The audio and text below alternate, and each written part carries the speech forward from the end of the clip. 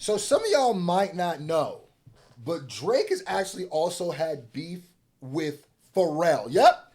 Mr. Cause I'm Happy himself. And if you really don't know, this whole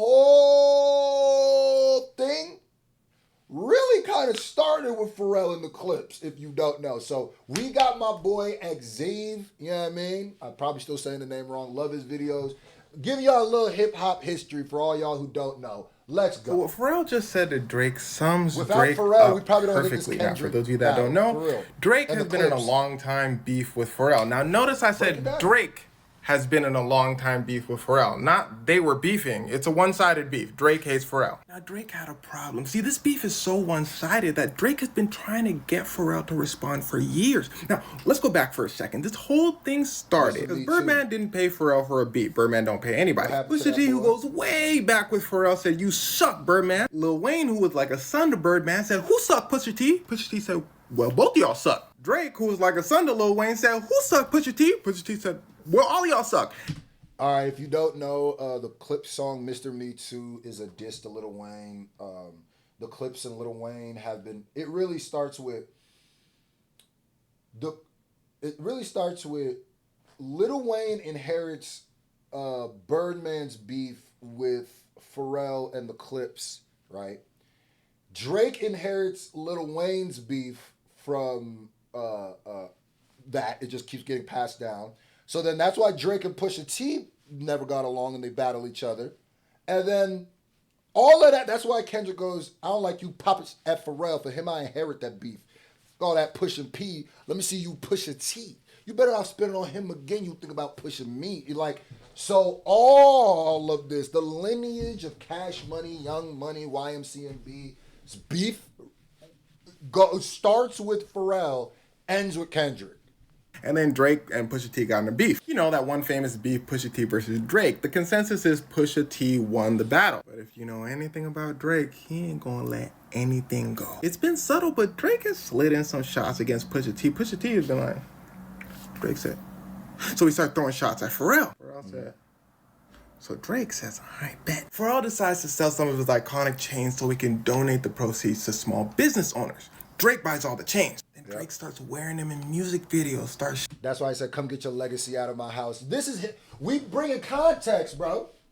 We bringing context, which is also why Kendrick and them and people were saying he's a culture vulture because he came in and bought all of. It's the same thing with Tupac's ring. It's like he's hoarding hip hop history and memorabilia and just using it, like when it comes to Pharrell's chains, to gloat for beef, which doesn't seem like the greatest reason to have something, but you could say he's a hip hop historian and he's just collecting stuff, or you could say that he's hoarding hip hop culture like a art collector, or one of them people who go to like a raids ancient Egypt like a tomb and then doesn't really care about it, but just puts up all the stuff they found in their museum or whatever.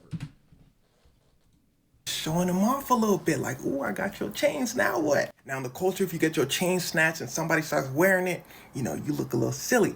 But Drake doesn't really understand the culture. Drake thought this was like a diss, but no one even really knew he did this. Because Pharrell didn't get his chains taken. Drake bought them in a business transaction. He sold them to you. Worst of all, Pharrell didn't say anything about it. What's he supposed to say? So Drake raises the stakes. He said, "I burned the chains" in a song. Pharrell said, Drake said, "I said." Kendrick Lamar slides in and said, "Boy, we heard what you said. But Pharrell, I inherit the beef." And that's why You see what I'm saying? The lineage goes down. If Birdman pays Pharrell for that beat, Not Like Us might not ever happen. Is that not crazy? Is that not like a crazy, we could have lived in a completely different timeline if Birdman paid his debts. But a lot of issues Birdman being because he doesn't pay his debts. Tiger said he don't pay his debts. Wayne, when I heard he wasn't paying Wayne, I said, "Oh, that nigga ain't paying nobody."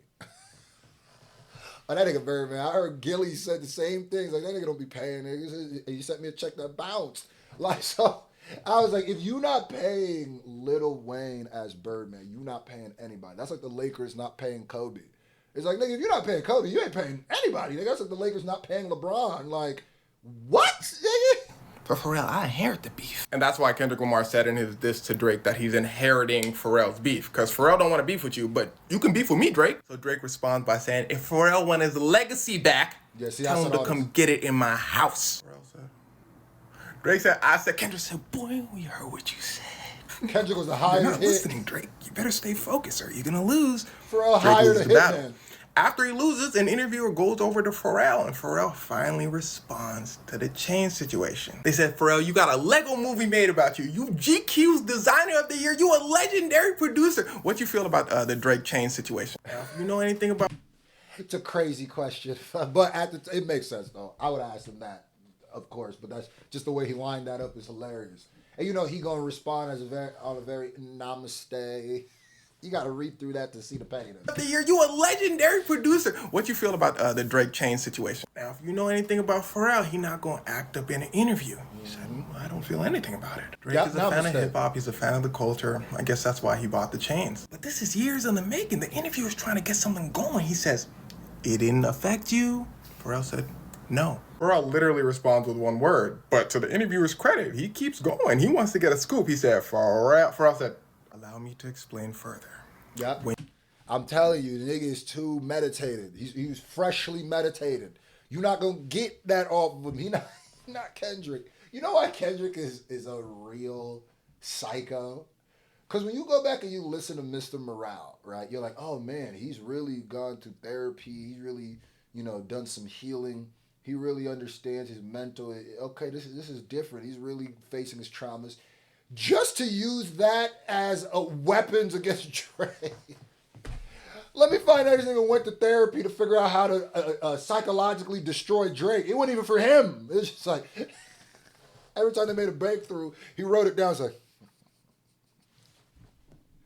when you let go of the scoop, he said, Pharrell said, allow me to explain further.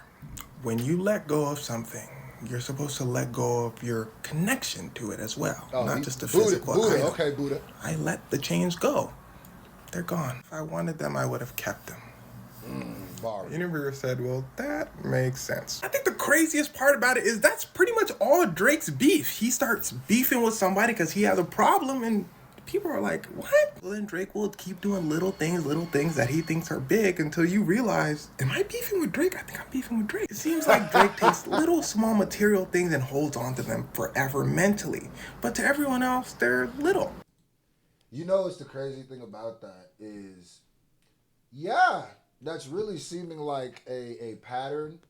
But I understand Drake just put too much on his plate, and it all just backfired on him.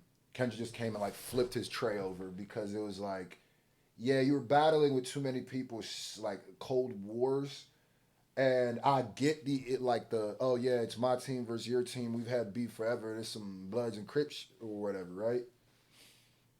But I also think that you got to choose your battles smarter, more wiser. But I think Pharrell handled this perfectly, and if you don't think that he enjoyed watching Drake get his back kicked in from all these years that they've been beefing with that side,